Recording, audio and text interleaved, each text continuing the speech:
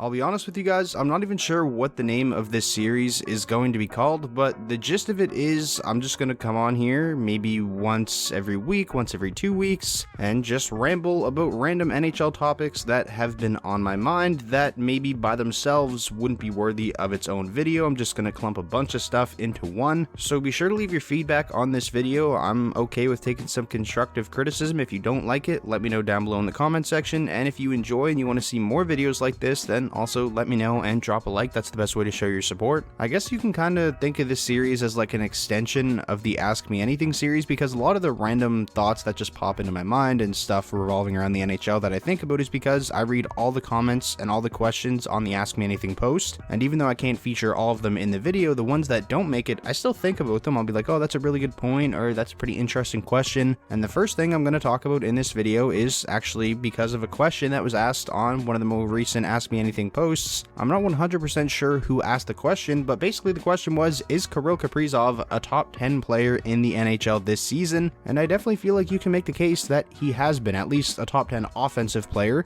for sure, and I feel like he's not really getting talked about a lot this year for the incredible season that he's having. I almost feel like he was getting more attention when it comes to like the national media last season for his rookie year than he's been getting this season. Even though you compare the stats, he's got 59 points this season in 44 games compared to 51 points in 55 games last season, which obviously was still good. He won the Calder Trophy, but he's been a legit superstar this season. He's 7th in NHL scoring. He's got more points than somebody like Austin Matthews, and I just don't feel like he's getting enough attention for that. And I think there's a couple different reasons for that. Obviously, number one, the Minnesota Wild aren't one of the most popular teams in the NHL that the national media likes to pay a ton of attention to, like for an example the Toronto Maple Leafs or an original six team like the New York Rangers. And also another reason is just because he's not a rookie anymore. You guys know the feeling when you get something new and you use it a bunch, and then after a while you get kind of bored of it and you want to move on to the next new thing. And I feel like that kind of happens with rookies every year. Obviously this season a ton of attention is being given to the likes of Seider and Raymond out of Detroit, obviously Trevor Zegras with the stuff that he's doing. And the third and I guess final reason why I think Kaprizov isn't getting a ton of attention for the amazing season he's having is because there's just so many amazing superstars in the NHL right now. We're honestly incredibly lucky to be NHL fans in this era where basically every single team has a player that is a draw, obviously with the exception of a couple of teams. So that's just something random I wanted to talk about. Give love to Kirill Kaprizov for the amazing season he's having and how much he has already improved from his rookie season to his sophomore season, and also the whole amount of superstars in the league thing right now, which kind of leads me into my next point, the next thing that I wanted to talk about. It also kind of stems from the point I just made of how many superstars there are in the NHL right now. I was looking at NHL scoring leaders, you know, going back like 10, 12, 20 seasons. I do that randomly for fun sometimes, just to try to get video ideas. And it wasn't even all that long ago, just the 2014-15 season, that Jamie Benn won the Art Ross Trophy with 87 points in 82 games. There was not a single player in the NHL that season, even though it was a full 82 game season, that had 90 points. I'll actually go even a step further than that and look at that season sorted by points per game. The highest points per game in that season was Sidney Crosby. He had 84 points in 77 games, so a 1.091 points per game. Now you compare that to this season where the highest points per game is 1.435. There's actually 3 players with the points per game above 1.4. Leon Draisaitl, Nikita Kucherov, and Connor McDavid. There's actually 30 total players this season with a points per game above 1.1, which is insane considering the highest points per game back in 2014-15 was Crosby with 1.091 or whatever it was. That is pretty insane, and I'm interested to hear, why do you guys think that is? Obviously, like I said, there's just a ton of incredibly talented players in the league today, but there also was back in 2014-15, like that was only what, 7-8 years ago. So what changed just like in that time period? Because even last season there was probably a ton of players in the NHL that had a higher points per game than 1.1. I don't think it's goaltending getting worse. I feel like goaltending is still actually very good in the NHL, probably just as good as it was in the 2014-15 season. Maybe it's just teams are a lot more focused on offense now as opposed to defense, when back in the 14-15 season teams were like defensive minded first. Maybe the offense was more spread out back then. You had guys like putting up points all through the lineup. I don't know, but I just find it incredibly interesting that in that short period of time things changed so much when it comes to, you know, point scorers in the NHL. Like Kirill Kaprizov, who we were talking about